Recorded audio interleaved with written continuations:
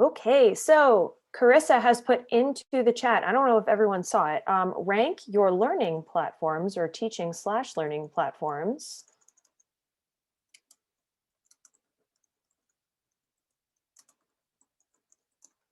That are on the shared screen.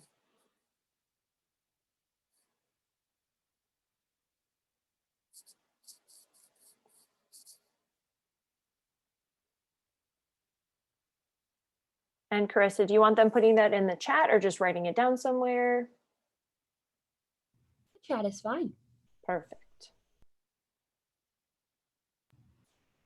Also, if you don't have all three, or five, sorry, if you don't have a preference, you can just do what I did, which is question marks.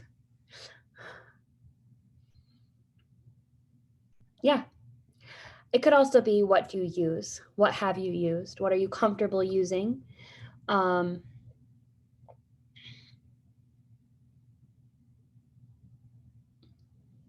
I don't know Canvas at all. And I've heard wonderful things about Seesaw.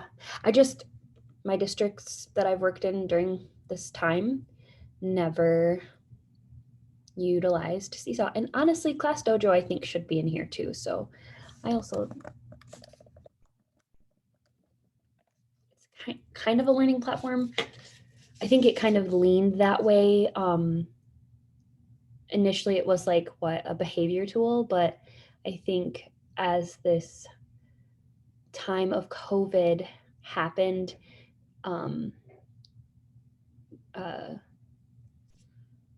why can I think Class Dojo changed and has kind of morphed into a little bit more than just you're getting points with your little monster.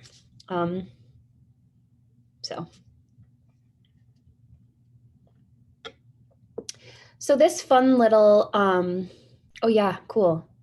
I'm seeing depending on grade level. Good morning. If you're just coming in, we're just kind of ranking or discussing what learning platforms or teaching platforms we've used over this past year and season. I will share, I'm going to kind of change the slides just so you guys can see. There's a gazillion of them.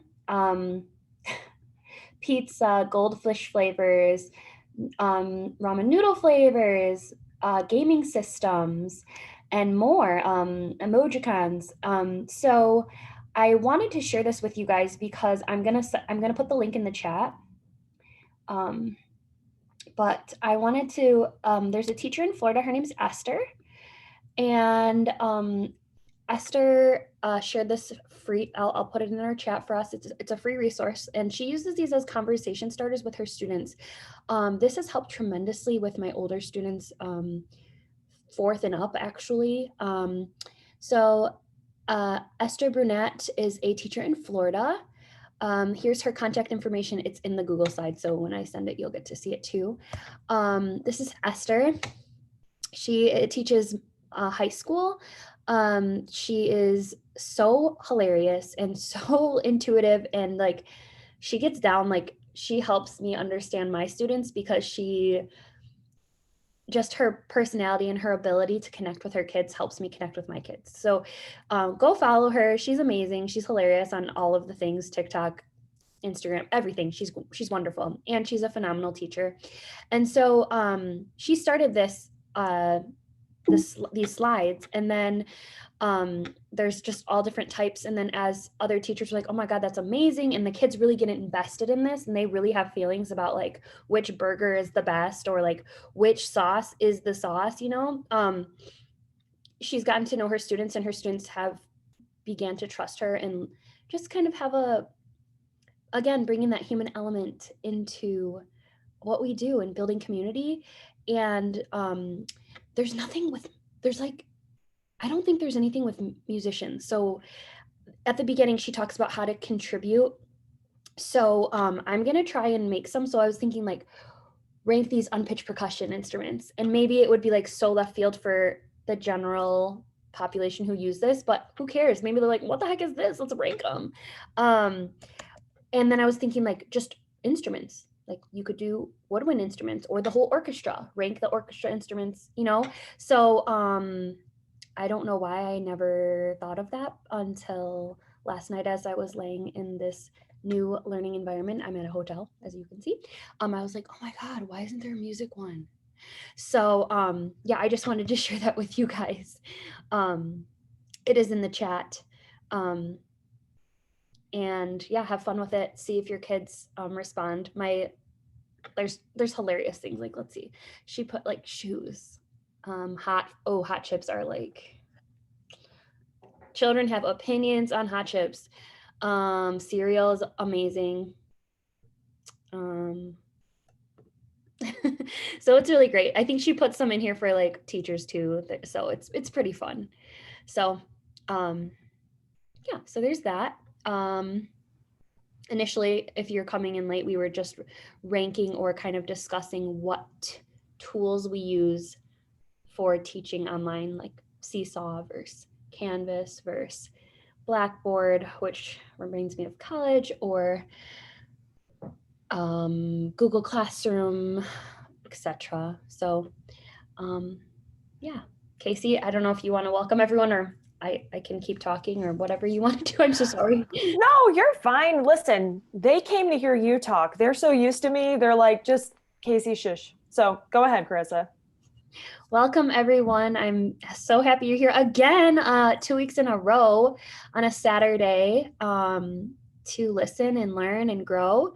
And last week's topic was intersectionality. And so we can apply that here as we dig into literature and how literature can be used in tandem with intersectionality, and how to help our students see all of their intersections reflected, and the intersections of their classmates or people who are different from them reflected in literature, specifically children's literature. And then how we as music teachers can validate that in our room. We absolutely can teach musical concepts while teaching and reading stories. It's a thing, it's a real. So this is one of my biggest passions. Reading was hard for me, and I felt like reading wasn't for me because I wasn't very good at it. And so I've taken it upon myself as an adult to make sure the children who feel that way have access to feeling supported and worthy of being a reader. So also, my first 6 years teaching, I taught in a school where most of my over half of the student population did not speak English. And so literature is a great way to give students a tool to the language. So here we go, let's do it. Creating mirrors, windows, and sliding doors through children's literature. So today, here's what you're gonna walk away with. I'm gonna move my little thing, okay. You're going to walk away with a deeper understanding of what mirrors, windows, and sliding doors are, and what they can look like for you and your students. You are going to walk away with 5 book recommendations to build your inclusive classroom library, and how to teach musical concepts alongside those books, which we kind of did last week. I kind of just can't help myself, and books are just me. So you got some last week too. And then again, the notes are in the chat, and the notes have all clickable links.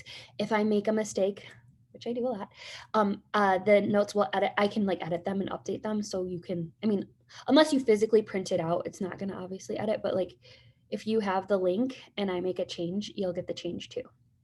So,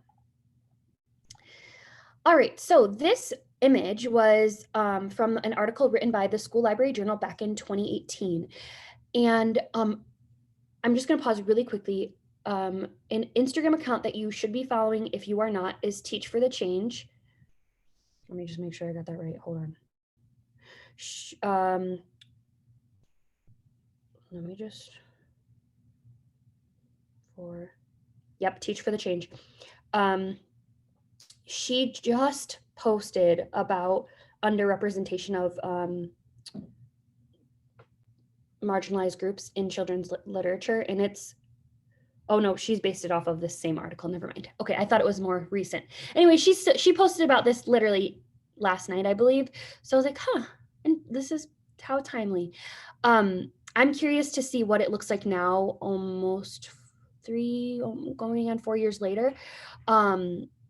because this speaks, this picture, this image really speaks if the numbers don't. So as you can tell, there is a lack of representation of marginalized groups of people. And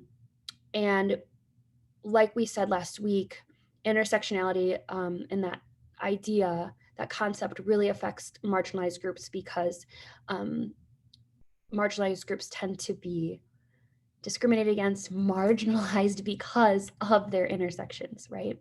So as you can see, 50% of children's literature is representative of white children, 27% is animals or other like aliens or monsters, etc.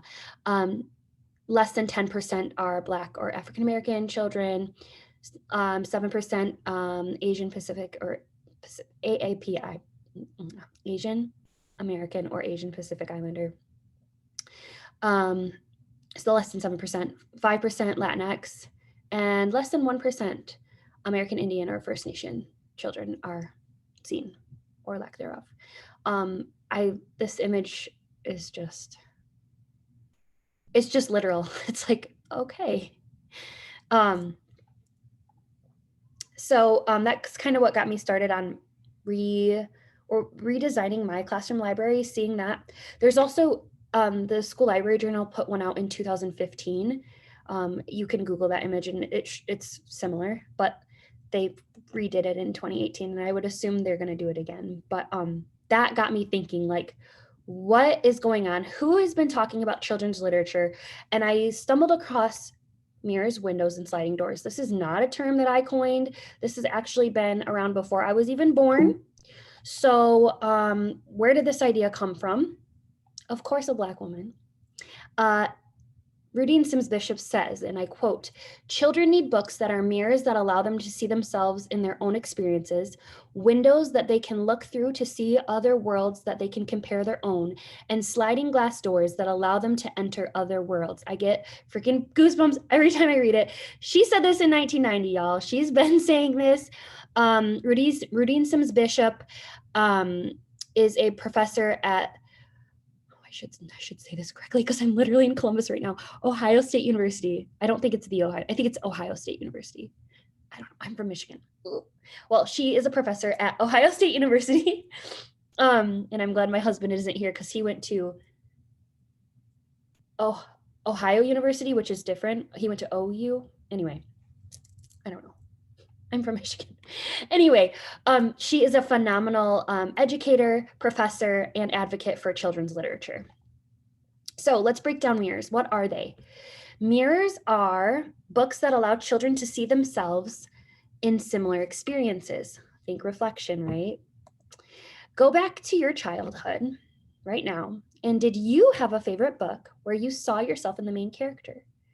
Think about why you saw yourself. Was it because you looked like that character? Was it a little bit more internal? You felt like you shared the same emotions or experiences that character? What made you feel like you saw yourself? There's no right or wrong answer. I'm just asking you to reflect. So what are the benefits to creating mirrors for your children, for your students? Students can gain a stronger sense of self and a positive self-image. Students will become more engaged when they feel you're investing in them. And students will notice that you, as their teacher, notices their unique identities, and this will build trust. Because a lot of the times we don't share the same intersectionalities as our children, right? Not all the time, but. Okay, close your eyes. I promise I won't make you do it forever. Close your eyes and think of some of the characteristics or intersections of your students in your classroom. Their nationality, their race, their gender identity, the language they speak, the religions they practice. Open your eyes. Does your classroom library reflect the identities or intersections of your students? If you want to, these are all rhetorical, but if you feel so inclined to share in the chat, please do. This is always an open space to share your thoughts if you're comfortable to do so. So there's a lot of questions that I ask. So You can answer them for yourself or share out is what I'm trying to say. So what are windows? Moving on to windows. So windows are books that allow children to see worlds that are different from their own. This is so key. This is something that I think like talk about in like our teaching philosophy or teaching and learning statement when we're in college, like we want to be that thing. So let's talk about these. What are these windows? This is kind of like a teacher goal. The benefits of creating windows in your classroom. They can show perspectives that your students might not usually see. This one's huge. Normalizing differences. So making things that are different from you, different from your children, different from their friends, normalizing that. And that is how we find humanity. In doing this, we create space for everybody. Everyone feels welcome. Everyone feels safe. Everyone feels seen. So think of a specific book in your library. It could be your home library. It could be your public library. It could be your classroom library, whatever library that served as a window for you, allowed you to see into a new world that you hadn't seen before. Would you think that this book could do the same for your students?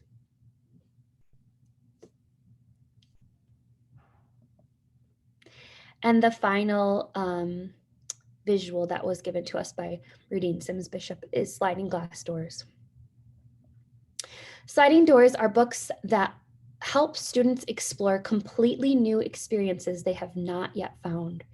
And what a better way than with the safety of someone who cares about them, somebody who wants to help them grow you. Why are they important? Well, they plant seeds for new ideas.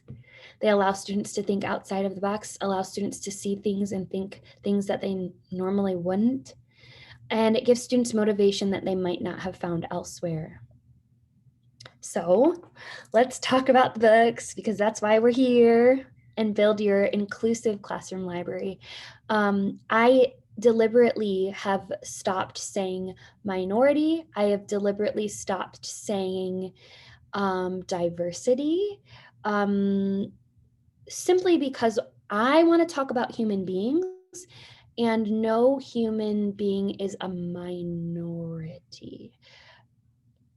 It's not specific enough for me. And my goal, and I want to think of my goal, and my goal is that I'm including as many students, as many people as possible. And so that's why I don't use the word diversity, because a person, like we said last week, isn't diverse. A person is a person. So we want to be inclusive, and that's the goal. So I challenge you to think about that. Our first book is another name book, and this one's really cool because it has like a personal like touch for me. I think it's cool because it shows like correcting language, which I think is an amazing skill to give to your kids. Tell us your name. Teach us your name. It's written by a woman named Huda Isa, and Huda is from Dearborn, Michigan, and that is where I taught for my first 6 years. So my students were like, what? An author from our town? Oh my God, no way. Say wallah. And wallah means say you swear to God. It's just like it opened a door, and it was a reflection for my students. So why this book? It's actually the same breakdown as Your Name is a Song for me. So children struggle with correcting people to say their names. It's an empowerment tool, ties language to identity. It encourages students to be proud, etc. I forgot to change this. So I'm going to teach you a new song. So we could absolutely do Everybody Has a Name. We could work that with this book. But I'm going to teach you a new game today. And this one comes from Spotlight. I don't know if you guys use Spotlight. It was like the holy grail in my first district. Like, this is our curriculum. And so it's in Spotlight if you are familiar. And if not, here it is. It goes like this. Name game, say your name for this game. Name game, when I call your name. Name game, say your name for this game. Name game, when I call your name. It can be played multiple ways. I usually, when I teach it to my kids, I say, there's something you need to do when I call your name. What is it? And then they don't know. So we play and I sing it a million times and then they finally get it. So I've played it a couple ways. In the virtual world, I usually, because of just like the craziness of everyone mics on and off and it's just too much, I will tell them, you may unmute and do what you're supposed to do when I call your name. Or in the classroom, I would have all of the students, if there's like, let's say Casey is really anxious and nervous to sing by herself, or I know that some of you are really nervous to sing by yourself. So when you hear me call the student's name, would you all sing it back to me? Type of thing. So there are ways that you can do it whole group for solo. So so the B section is just like, Casey. Am I singing? When name game, say your name for this game. Name game, when I call your name. Casey. Casey. Yes. And usually what I do is, I don't care how they say their name back, because the game says say. You could change the word to sing your name, shout your name, whisper your name. So you can review the 4 voices if you want to. But whatever the child decides to do, I will compliment what voice they've chosen. So if they, oh my gosh, you used your kitty cat voice, whatever. Oh, beautiful singing voice, whatever. I reiterate the voice that they used and confirm that with the class. So that's an idea of what you can do, but I want to get to the book. So let me pull up the book here. Teach us your name. I also included in your notes a link to Huda Isa reading the story, which I think is pretty cool. Because, you know, again, it ties that actual person to the story. All right, so our story today is Teach Us Your Name, written by Huda Isa, illustrated by Diana Kojikaru. And then I put the back image of the book on here too. So now it's your turn. How will you teach the world to say your wonderful, amazing, terrific name? And then at the front page, I didn't get it because I forgot to take a picture of it, but the back page is it's like a bunch of names. So she starts on an O here, so she must have left a M. So she left an M on the first cover, and then so it's a bunch of unique names that children don't usually see their names. So I do take the time and read through them with them, and they're like, oh my God, or there's very close ties to their own names. So that is Teach Us Your Name. I will say this name game I play like not as a first game because I have to know the students' names and how to pronounce them.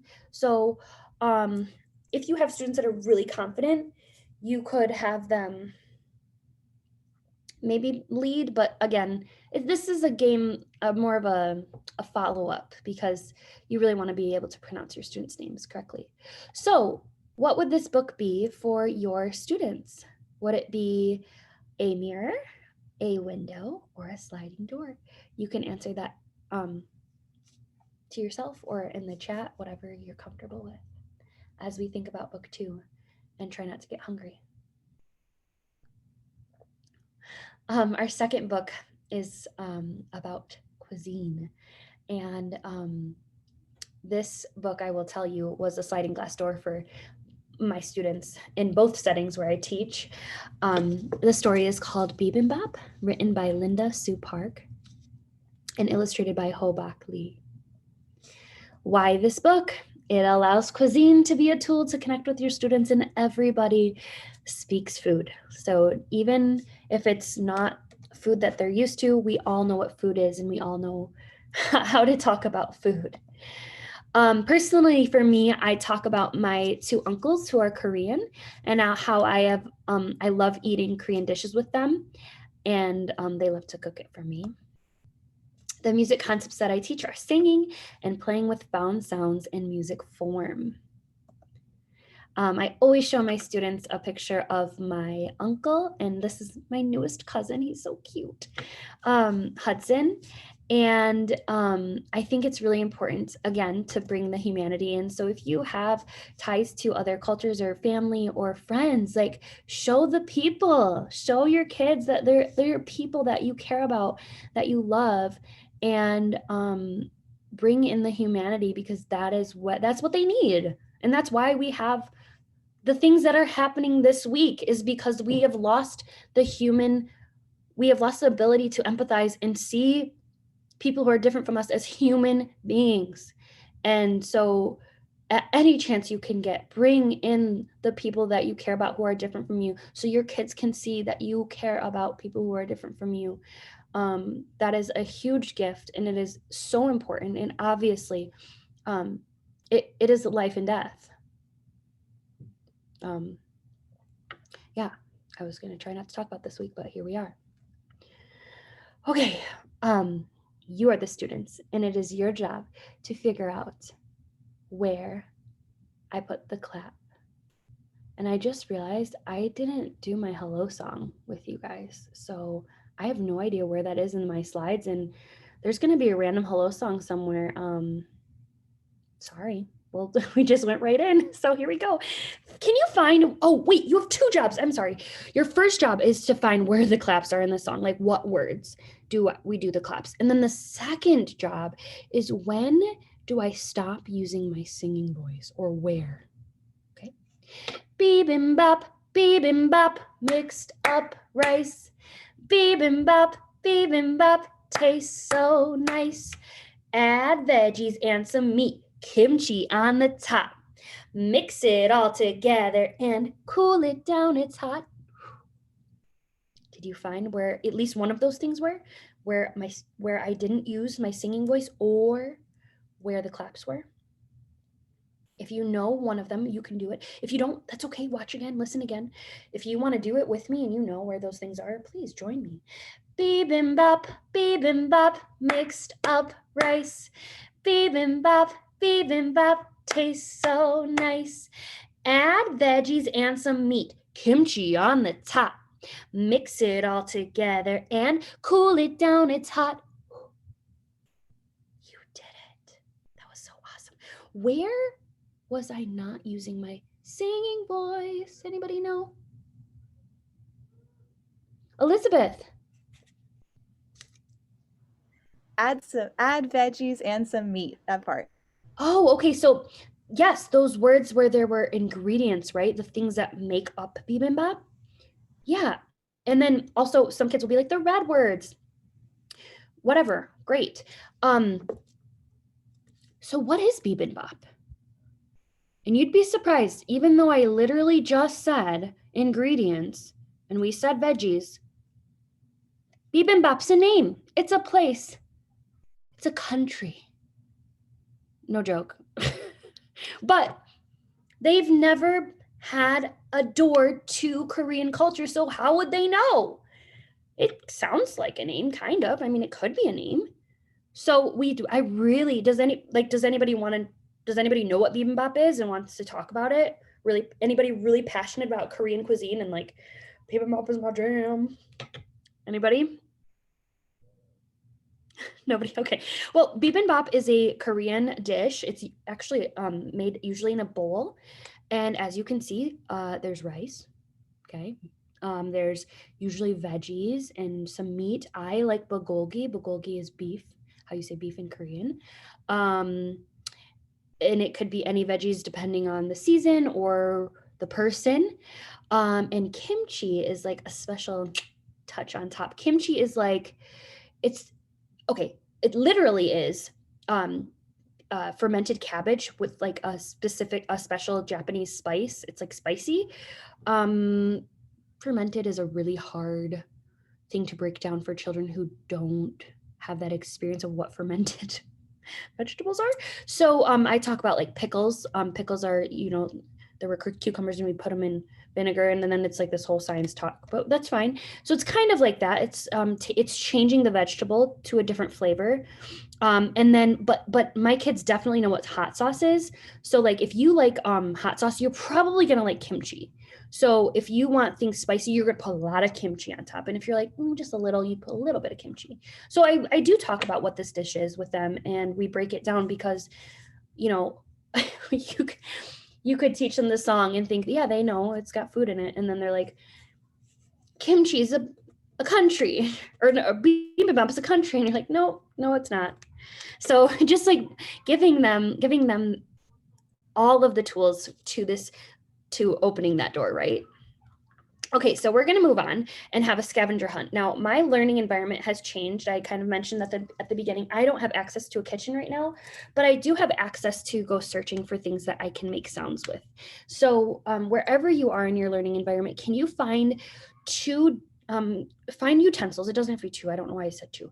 Find something that you could play and pretend, make into, not even pretend, we're going to really do this, make into an instrument. Okay, so if you have access to a kitchen, actually, I think, I have a fork. I have a plastic fork.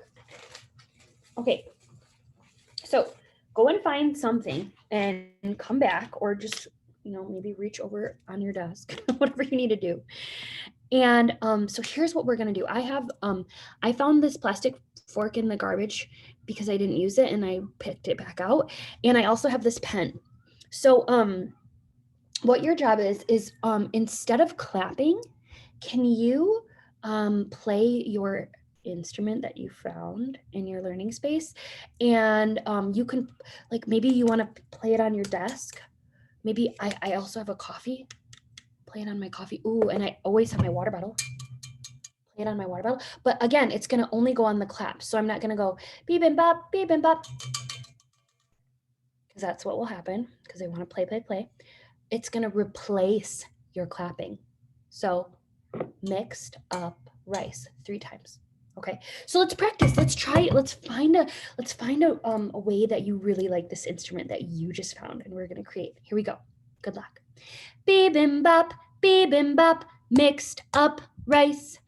Bibimbap, tastes so nice. Add veggies and some meat, kimchi on the top. Mix it all together and cool it down, it's hot. And I would give a lot more time for my students and to explore. And then I would say, oh my God, Ashley, I noticed you have something really interesting. Can you come off mute and share it with us? Blah, blah, blah. And I saw Elizabeth has a chicken. Oh my God, what does that sound? So you could really like let the kids share and share what they found. They love to do that and show you what they've come up with. Okay, but we are gonna go to the book because we want to read and we still have a lot more books to go to. So here is Bibimbap.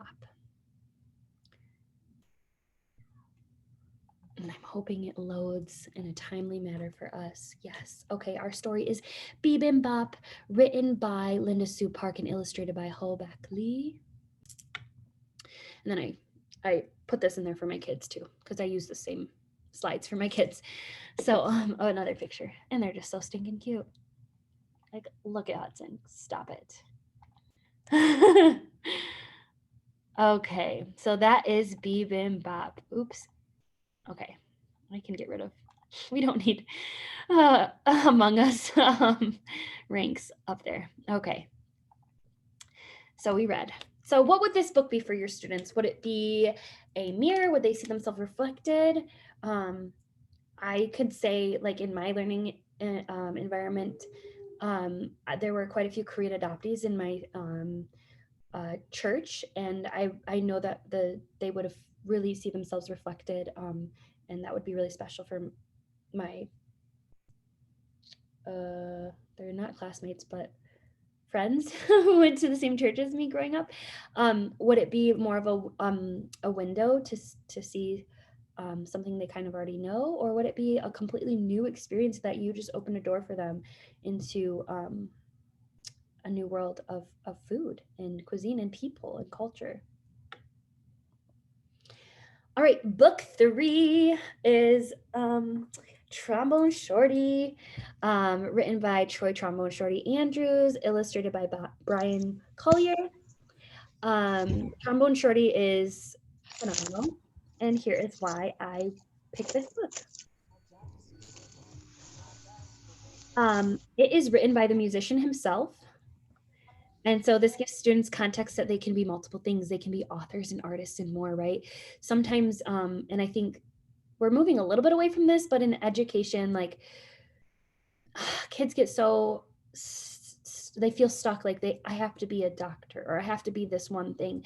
Like we can be multiple things. We can be writers and we can be musicians and we can be, just like we are made up of all different intersections, we can also have multiple talents and gifts and drives that make us successful. This also allows students to learn about New Orleans and its rich music culture. The musical concepts I teach are singing, music form, and composing. So here's how I do this book. I teach just this A section. Oh, I should say, the book is titled Where Ya At? Trombone Shorty also has a song titled Where Ya At? So I don't believe he intended for his song to be like paralleled with or tied together with the book, but I do it that way. That's not the way to, that's the only way to do this. And I found that it works. So that's what we're gonna do. But he has so many songs that could be taught after or during or while you read this book.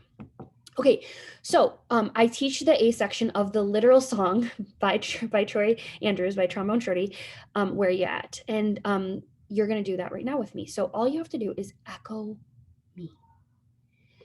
Mi, re, do. Your turn. Mi, re, do. Easy. My turn. Do, re, mi. Your turn. Do, re, mi. Okay, my turn. Mi, re, do, la. Mi, re, do, la. My turn. La, do, re, mi. La, do, re, mi. What is our lowest pitch in this set that you have in front of you? Yeah, thank you for showing me. It's la. All right. I'm gonna sing a pattern just like I just was doing with you, and you just echo it. And then eventually we're gonna actually do Troy Trombone Shorty Andrews' song. Okay, so me then you. La, do, re, mi. La, do, re, mi. I'm gonna add to it. La, do, re, mi, re. Your turn, go. La, do, re, mi, re. I'm gonna add on. La, do, re, mi, re, do. Try it. La, do, re, mi, re, do. So we start on la and we end on do. Here's the whole thing. La, do, re, mi, re, do. Try it. La, do, re, mi, re, do. And it's actually a little bit faster. So let's take away our hands, even though they help us, and try and sing it at my speed. La, do, re, mi, re, do. 1 and 2 and good luck, go. La, do, re, mi, re, do. It might be even faster than that. So what I'm going to do is I'm going to take out the word la and do and re, and I'm going to add words. Can you tell me where I put at?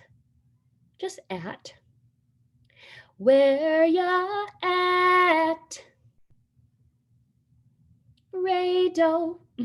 So where gets all the rest? And then at. Listen again. Where ya at? 1 and 2 and say the words. Where ya at? That's the A section. Kind of. Now there's a part there's a little bit that goes before it. And it's actually really easy to sing. So you're gonna hear this. You're gonna hear bum, ba-dee da da dum, ba-dee da-dum. And then you ask the question, where ya at? And then it repeats. So if you miss it the first time, you get to try again. And you'll hear it again. You'll hear bum, ba-dee-da-da-dum, da-dee-da-dum. Where ya at? So that happens 2 times. Okay. And that's the entire A section. Brush it off. You just did it. You learned the whole A section. I want to say something that's, I don't think it's as much now, but like when I was in college, we had this like whole thing about like, especially in the choral world, like, and I'm gonna, I feel like I pronounce it wrong, but like teaching by rote or rote teaching is like, oh, that's wrong. Like that's like not, I don't know. In many cultures, that is how children learn. And there's nothing wrong with me than you. There's just not.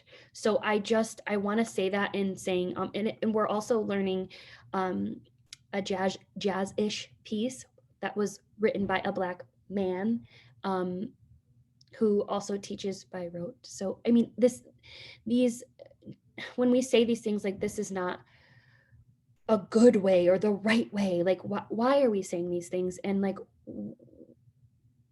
why are we defending that? I just want to put that out there. It works. Children, repetition, you as the teacher, then them, it's a guiding thing. It's not wrong is all I'm trying to say. Okay, so after I teach just the A, I do read the story. And oh, we got time. I feel like I'm talking so fast. So I'm gonna actually read it. Sometimes I don't read it because it's just really long. Sorry, and I have all these in here too. Sorry, you're not supposed to see that yet. Oh my God. Okay, so for the story, I'm gonna sing. We'll do like the A section anytime we see where you at, because that's like throughout the book a lot. And then the B will be like me reading the words. Okay, so it'll be like bum ba dee da da dum da dee da dum. Where ya at? And then we wait and sing ba-dee-da-da-dum, ba-dee-da-dum. Where ya at? And then I'll read the story and I'll read the story and I'll read the story. And then we'll do it again, okay? So our story is Trombone Shorty, written by Troy Trombone Shorty Andrews, illustrated by Brian Collier. I went to Google because I was sick of scanning. But in the book, he has some pictures of himself as a very young child, as you can see, playing, and there's Bo Diddley in the background. He always was a fashion icon as well, but you can see how little he was. Like, look at that little guy just playing his horn. It's so precious. And I think this is really telling for our students too. They're like, oh, that is a really little kid playing. And then this is him now, or recently. And then I like this quote that he said, and it's something in the air, it's something in the people, the way we were raised. It's all about love, celebration of life, and we live that every day. Troy Andrews, aka Trombone Shorty. And that is the book. So, hey Charissa. yes. I'm sorry, I paused the recording too soon. Would you mind going to that first page and singing the song again, just so I have it for everyone? Yeah. Yes. So like where would the first, like, where you at spiral? Oh, like this?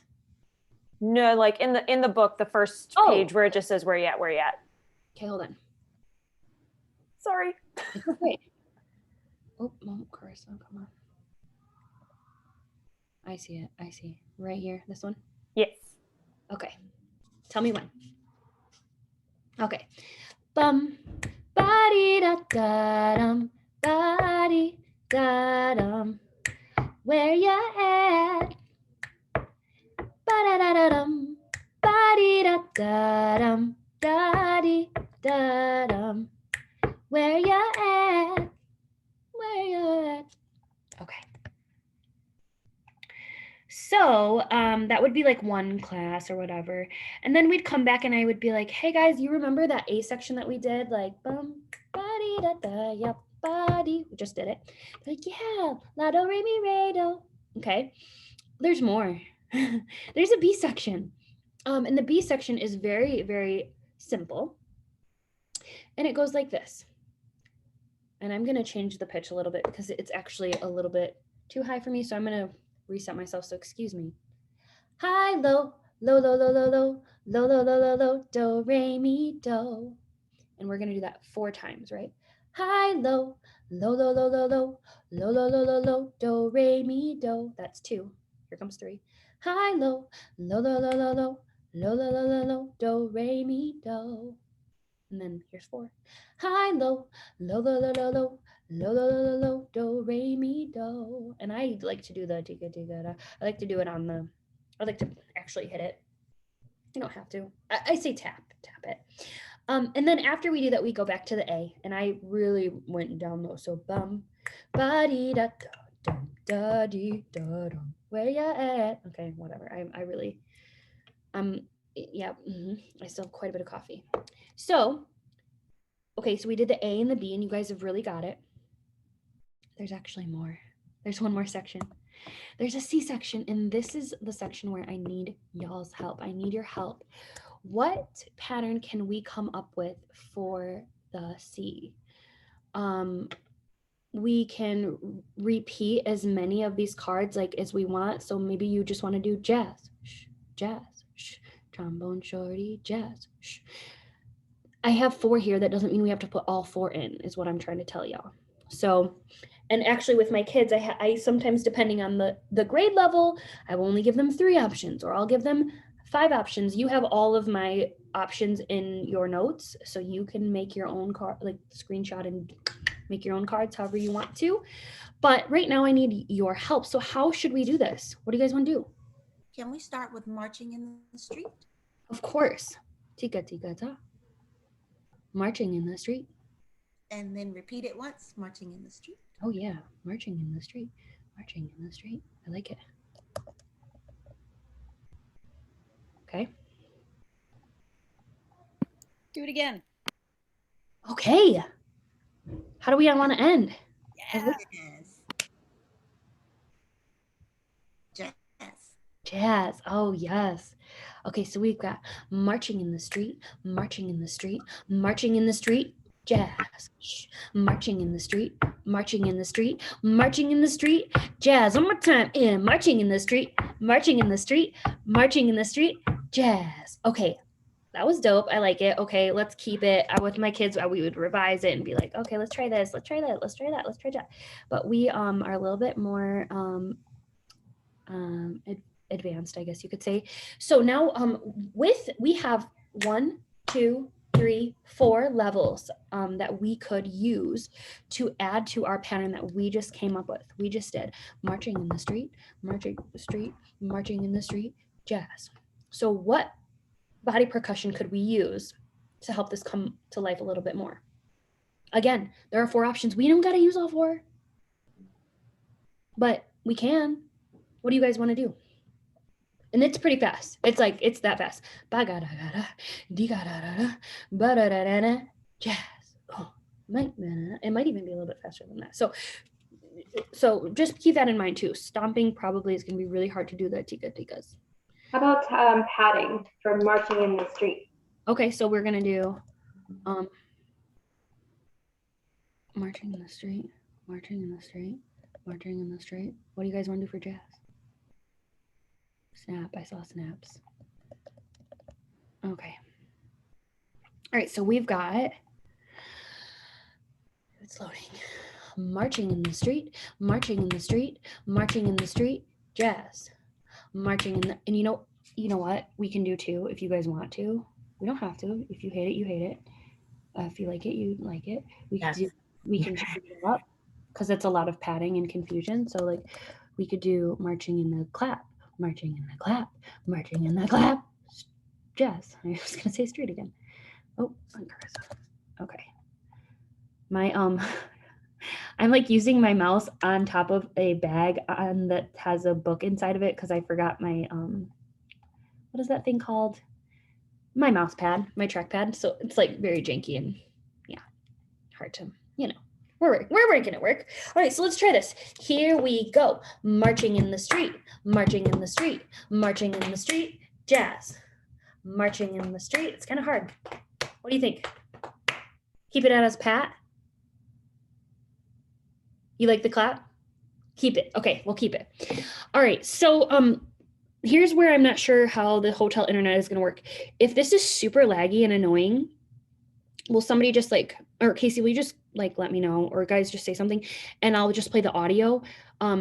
The video might be a little laggy, but that's not really our point right now. I would show the video to the kids beforehand, but we don't really, we're using it for the audio really. And before we do play the video, I want you guys to know the form. So I would show the video with the form with the kids first, and then we would go back and then we would, yeah. So, but for you guys, we're not going to watch it first. We're just going to jump in because you are teachers. So the form is this, our A section. Bum, ba-dee-da-da, ya, ba-dee-da-da, la, do, re, mi, re, do. Then our high, low, lo, lo, lo, lo, lo, lo, do, re, mi, do. Okay, and I'll help you. And then we go back to our A, and then we go back to the B, and then we have this one right here, okay? The one that we wrote, and then we finish with an A, okay? All right, so we're gonna just jump right in and do our part, and if you get lost with the A section, just watch me, or enjoy it, and then jump in where you know where we are. Oh, there we go. I will say this, I forgot I have little visuals cards that I left at home, but they're like a literal red triangle and a little blue circle and a green square. And I usually flash them up or I would put them on my board in school. So I don't have them here, so I'll just watch me. Hey, are y'all still with us out there?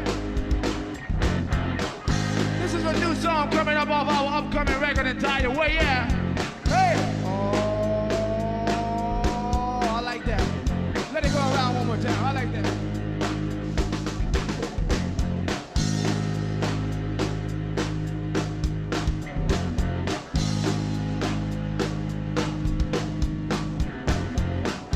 Oh, watch yourself. Hey!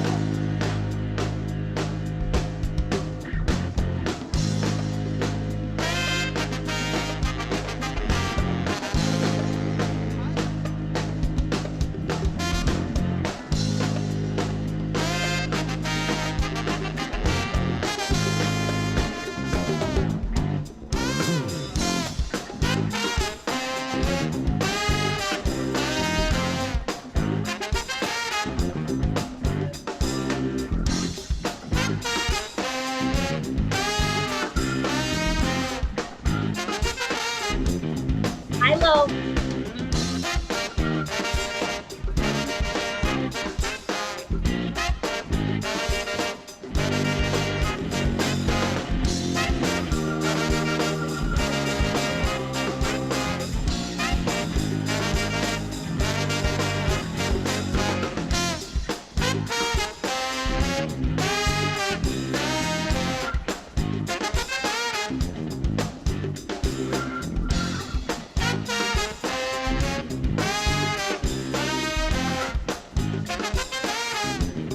B section.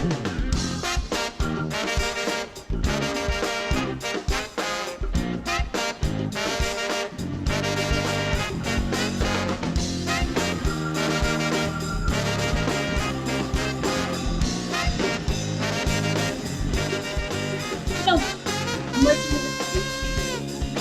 Marching in the street. Marching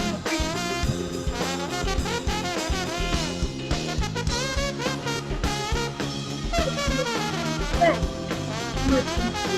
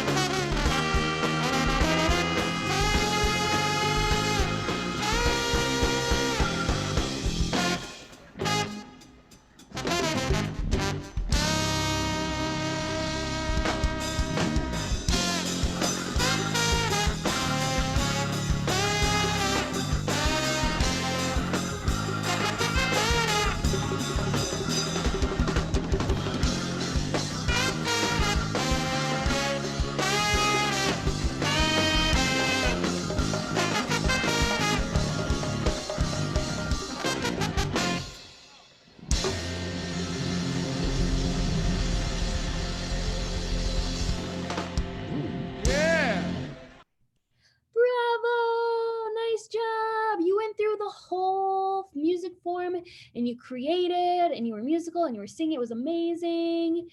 Oopsies, we already read it. Nice job. So what would this book be for you and your kids? Would it be a mirror? Would it be a window or a sliding glass door? As you're reflecting on this question, I will tell you, this song can be done on barred instruments. And if you are interested in how to change the key and the tempo, as a friend, email me and I can tell you how to change the key and the tempo. Just because there's some things that need to happen. You will have to purchase the song, but you can manipulate the song and use it for a teachable moment with your kids and give them a musical experience with a musician. It can be done in you can do it. It can be done. So, and it's pretty amazing.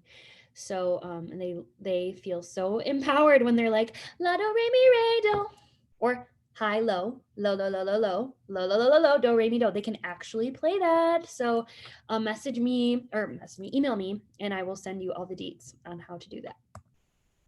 So, we didn't talk about the length.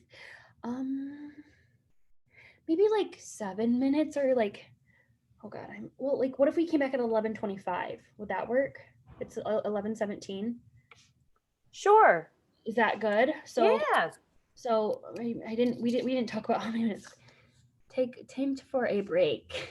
How about let's take 5 and then business and then back to the things. That is so perfect. Yeah. Cool. Okay. All right, guys. I will see you in 5. Back to Charissa Duncanson. Woo! All right, everybody. I hope you are rested and bathroomed and drinked and coffeeed and all the things. We have 2 more books to go through, and I'm going to speed through them. But I will say that with this next book, we are going to take the time to learn how to be culturally responsive and responsible. And I am going to take the time to show you how to do this. So our 4th book is We Are the Water Protectors, written by Carol Lindstrom and illustrated by Michaela Goad. So this book was written by Carol Lindstrom, who belongs to the Anishinaabe and Metis Indigenous group. Carol is enrolled with the Turtle Mountain Band of Ojibwe.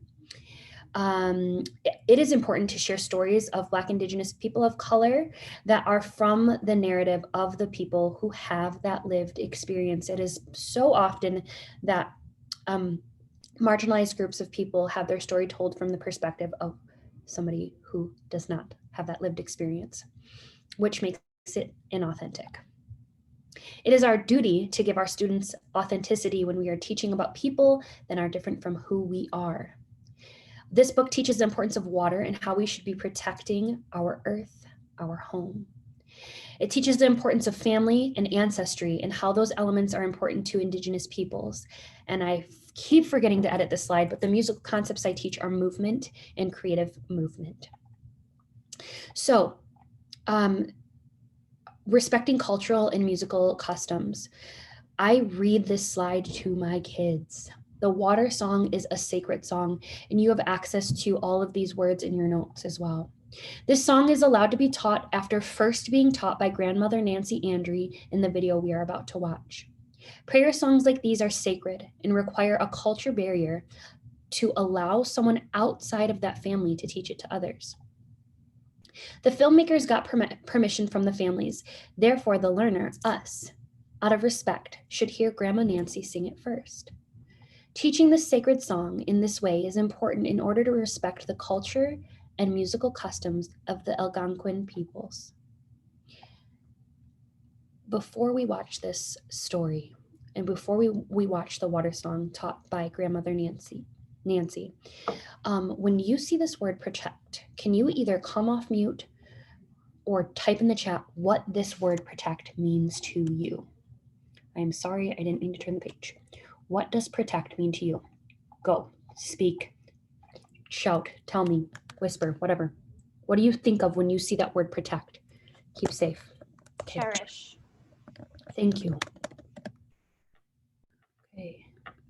Oh, yes, I love it. Cover. That's beautiful. Okay, cover. honor. Okay, yes, love, protect. These are good, so good, you guys.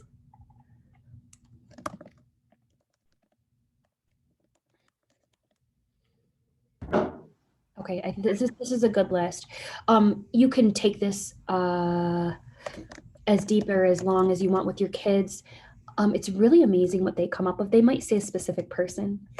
They might say a place. They might say a job. Okay, Charissa. Whoa-wee. Okay, all right. So we're gonna revisit this in a minute, but right now we're gonna learn the water song by Grandmother Nancy.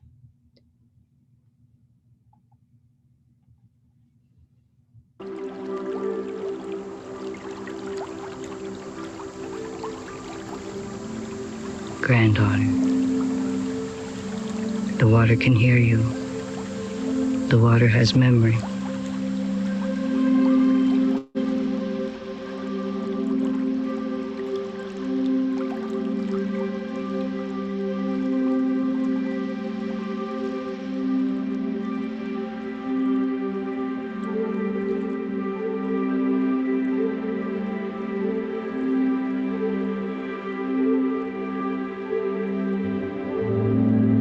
Nibi, Wabo, Endayan, Nibi, Wabo, Endayan, Aki Misli, Nibi, Wabo, Heya, Heya, Heya, Hey, Heya, Heya, Heya, Ho. Water is the life's blood of our mother, the earth. Water is the lifeblood of our own body.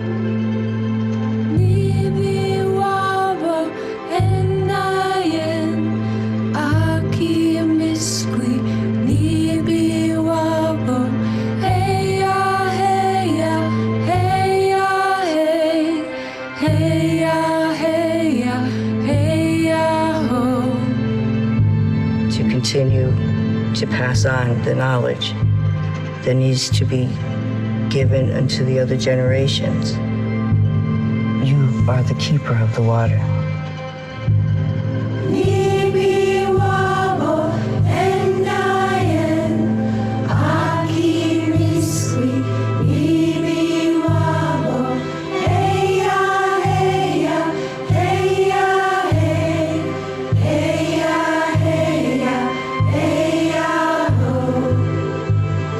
To make the change in this life condition that we're in, that great-grandchildren will stand up to this truth of what life is about and to live it in such an honorable way, the way ancestors came to this earth.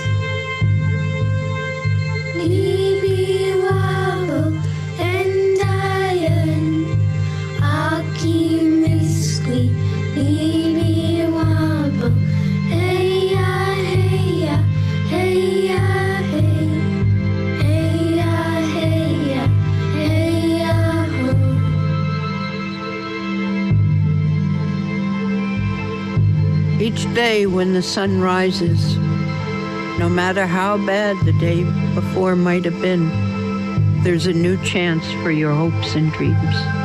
And I say, Chimiigwech, thank you for singing the water song.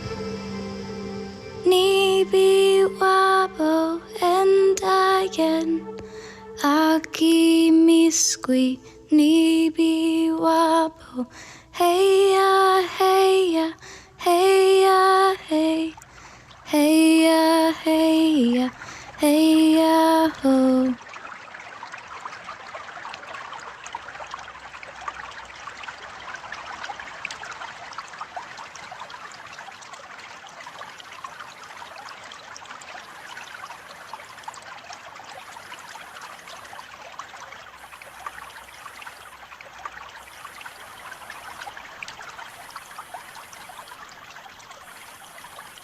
So I'm stopping the video.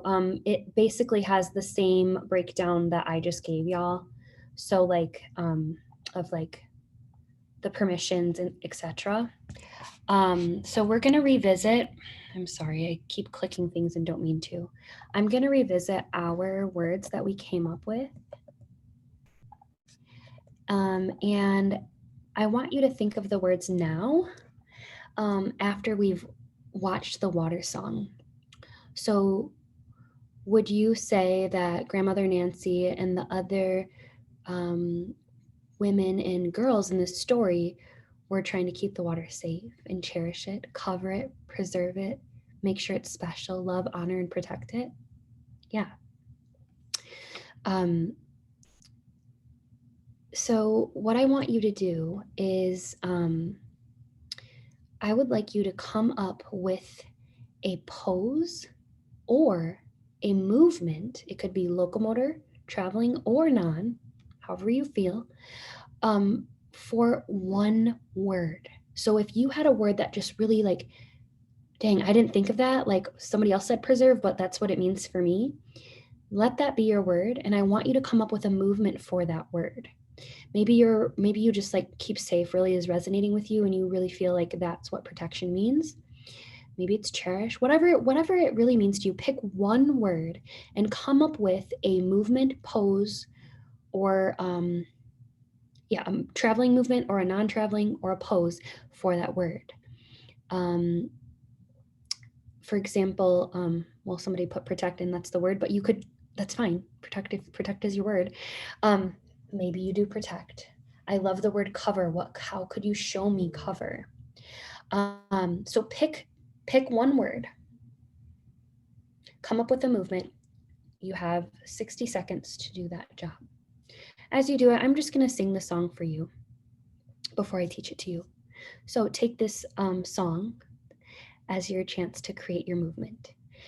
Nibi wabo and Diane, Aki miskui, Nibi wabo, hey ya, hey ya, hey ya, hey, hey ya, hey ya, hey ya, ho. All right. So your last job before I turn this page is to make a mental note of what color your word is in. If your word was keep safe, you are in the royal blue color or column. If your word was love, you are in the lavender column. If your word was special, you are in the baby blue column. Okay? Understand what I'm saying? Okay, we're moving on. All right, so with my students, I would teach it to them 4 ways, just like the instructions were in the song. For time's sake, we are not going to. I'll just have you echo after me one time through. I also tell my students this, I don't know where I am. I'm in Columbus, but I have no idea like which is north. So if you are like me and disoriented, just imagine your north is where the top of this page is. And that will be important as we read the story because we will change directions in the story. So just repeat after me. The song is in 3 sections. Here's the first one. Nibi wabo and Diane, go. Nibi wabo and Diane. My turn, second section. Aki miskui, nibi wabo, aki miskui, nibi wabo. The last section is a little longer and it sounds like this. Hey ya, hey ya, hey ya, hey, hey ya, hey ya, hey ya, ho. Hey ya, hey ya, hey ya, hey, hey ya, hey ya, hey ya, ho. You may have noticed that I color-coded these 3 sections, and that was on purpose. Here's why. If your word was in the royal blue color or column, you get to do your movement on the nibi wabo and Diane. If your word was in the baby blue column, you're going to do your movement or your pose during the aki miskui, okay? And if your word was in the lavender column, you are going to do your movement on the heyas. Okay, of course, with children, we would practice this. I would want them to really understand when they're moving and when they're not. And I encourage you, if you are not moving at the time you're singing, Okay, we're gonna go right into the book. The way to work is I'll read some pages, we'll sing the song and do the movement in tandem. And then I'll read some pages and then we'll sing the song and do the movement in tandem. Okay, so here is We Are the Water Protectors, written by Michaela Goad and written by Carol Lindstrom, illustrated by Michaela Goad. Music Shore Association. So if you don't know where your north is, make this your north. Here we go, group 1. Nibi wabo and ayen aki miskui nibi wabo 3. Hey ya, hey ya, hey ya, hey. Hey ya, hey ya, hey ya. Oh. My people talk of the black snake that will destroy the land. Drink. New direction. Let's say it's east. Here we go. Nibi wabo and ayen aki miskui nibi wabo. Hey ya, hey ya, hey ya, hey. Hey ya, hey ya, hey ya. Oh. Take courage. Good luck. Nibi wabo and ayen aki miskui nibi wabo. Hey ya, hey ya, hey ya, hey. Hey ya, hey ya, hey ya.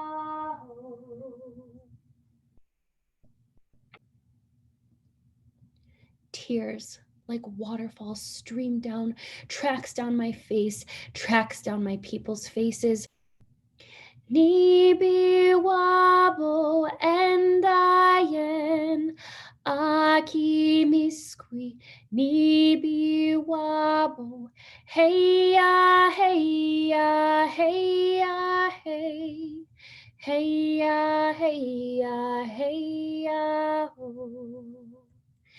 And then the author, Carol Lindstrom, has an additional resource, and I've attached them in our notes too, to do an extension of how to become a steward of the earth.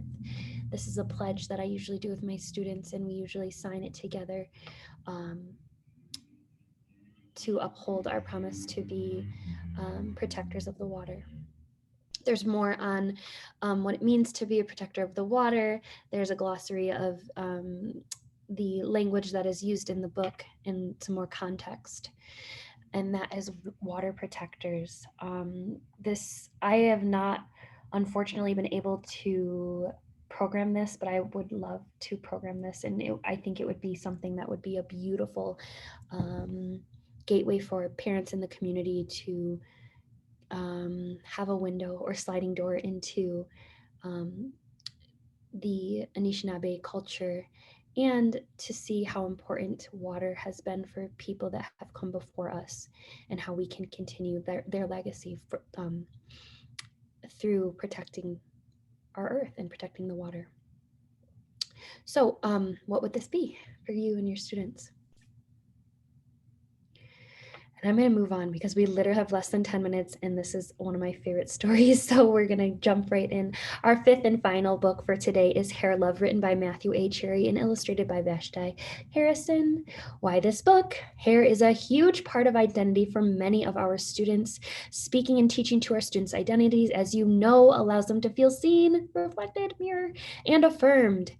This book speaks to the true struggles and love some people face with their hair identity. There are literal laws and literal rules against people and their hair. We talked about this last week. The Crown Act has not passed in every state. Google the Crown Act. It's a thing. Musical concepts I teach are playing with found sounds and rhyming. And another thing I keep forgetting to add to this, Matthew Cherry is an NFL player. I'm sorry, was. So if you have any boys that are like, oh, hair, this is girly, blah. Matthew Cherry played in the NFL. So squash that and remind them that the person who wrote this was a man, and a man who played football. And so he can talk about hair, we can talk about hair. Okay, so you've probably heard of this old nursery rhyme. Queen, Queen Caroline washed her hair in turpentine. Turpentine made it shine. Queen, Queen Caroline. Well, I have taken that old English nursery rhyme and tweaked it a little bit to this. Queen, Queen Caroline washed her hair in turpentine. Princess Zuri detangles her curlies. The story itself that we're about to read never reveals the mother's name, so I just named her as Caroline. And I tell my students, we don't use turpentine. They used it centuries ago, and we shouldn't use turpentine in our hair, but it rhymes with Caroline, so we're going to use it in our rhyme. And that's about as deep as I get with it. And then I tell them they have a job. Your job is to find the matching word, the rhyming words. Okay. Queen, Queen Caroline washed her hair in turpentine. Princess Zuri detangles her curlies. Did you find the rhyming words? Depending on the age group, I might isolate just the 2 sounded words, right? Zuri, curlies. That might be enough for a kindergarten class or a first grade class. Maybe they can handle the challenge of finding the rhymes with 3 syllables or 3 sounds. Wherever you are with your kids, meet them there. Okay. So if you found those rhyming words, would you clap them? Just the rhyming words. Queen, Queen Caroline washed her hair in turpentine. Princess Zuri detangles her curlies. Now I usually would say, let's put the 2 sound words, Zuri and curlies, somewhere else. Maybe we pat that one, so they can really differentiate 3 versus 2, okay? Then I allow them to go on a scavenger hunt in their learning space. Can you find something, some type of hair item in your learning environment? Usually this is a very easy thing for them to find. If not, you can still use body percussion, etc., etc. And we come back, we share like we did, and we find where we like that sound best, just like we did for Biba and Bop. And then we review and we replace one of the items. I have them find 2 things, right? And we do Caroline on one. I don't have a brush, so we're gonna do Ariel. Caroline, turpentine, right? And then Princess Zuri detangles her curlies. But they find all types of things: shampoo bottles, picks, combs, beads, barrettes, bobby pins, brushes, anything, under the sun. Due to time, I'm not going to read this story. I highly encourage you to do so, and also watch the short film, which won an Oscar a few years ago. It's absolutely beautiful. No words, but it's still, the story is still there. And I usually do like the poem, or the nursery rhyme, like as a B section. So we read a couple pages and then we do our poem. And then we do our poem. This also could be easily transferred to unpitched percussion. So once you're in the classroom, or if you already are and you are using instruments, they could absolutely have woods for the turpentine and metals for the Zuri, curly, whatever you want to do with your kids. It's a beautiful story. I absolutely love it. I'm so sad we don't have time, but you guys, you get it. So what would this book be for your students? What is it for you? And to recap, why is it important to find books written by Black, Indigenous people of color, or marginalized groups when sharing stories about those experiences? It is crucial for all students to hear stories written by people that have had their stories shared or told throughout history by someone else. Sharing a narrative that doesn't portray Black, Indigenous people of color, or marginalized people as powerless or broken is a truth that all students deserve to hear and know. This is a huge discussion right now in the film world. I am so tired of seeing Black people portrayed in the I just want to exist. I just want to see myself existing in life, and children deserve that as well. And here I go ahead of myself. All students deserve to see Black, Indigenous people of color, marginalized groups as full human beings that serve a greater role than just being that whatever, that Black kid or that Korean kid or the kid in a wheelchair, right? We are more than our intersections. We are human beings. So that is a truth all kids deserve to see. I have included in your notes some other helpful children's book resources. The Conscious Kid has an anti-racist book list that's phenomenal. They explain why each book is there. It's constantly being updated. It's amazing. Color Pages has a website, anti-racist book for elementary students, a diverse book list. They also have one for middle school, and they also have one for high school. So that's kind of cool. I read like young authors books. Don't judge me. They're just good. Okay. And so I found some really good books just to read for myself. The International Board on Books for Young People is another great resource. And then one that is new to me that I recently found within the last year, well, I guess maybe it's been a little more than a year, but is the American Indian Library Association. That website is phenomenal. Go check it out. Thank you guys so much for your second Saturday. Again, in the notes, all the resources are clickable. If you have questions, please email me. I am happy to respond. You can email me at musicwithmrsdunk@gmail.com, and I will get back to you in a timely fashion. We have 1 minute left. I might be able to answer some questions if there are any, and if I can get my... Oh, I already stopped. Did I stop the share? No, I didn't. Here we go. Yay. Okay. I don't think there are questions in here. Oh, okay. This is interesting. The Crown Act is a law in New Jersey, in New Jersey, and legislation has been filed in PA. Yeah, the Crown Act. I think they're talking about bringing it to, as a federal act, but right now it's just being talked about, so, or in the process of. But yeah, check it out. There's a lot of the Crown Act has very active Instagram, and it's very educational, and they are very active at updating who and what states are working on this legislation. So yeah, I don't see any questions. Casey, do you have anything? I'm headed to a baby shower. That's why I'm in Columbus in a hotel. One of my dearest girlfriends is pregnant along with me. So I'm going to put on my mask and go give her a gift, and then drive back up to Detroit. So thank you guys so much for another Saturday.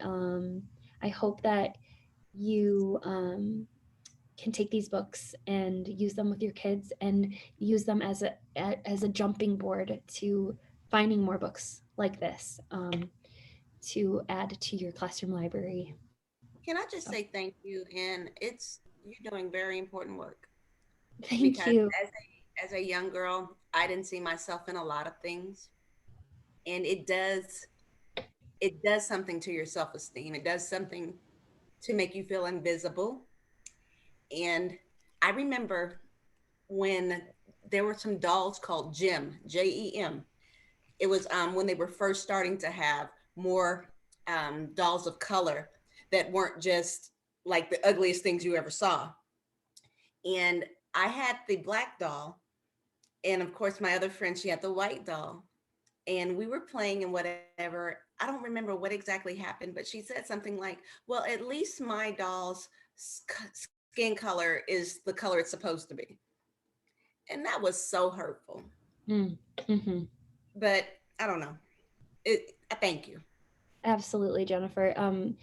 You can't be what you can't see. And I struggled very much so growing up in an all-white community. You guys know, I was adopted into a Dutch American home. They're like the whitest literal complexion, the whitest you can be, and toe-headed, blonde, blue eyes, blueberry eyes.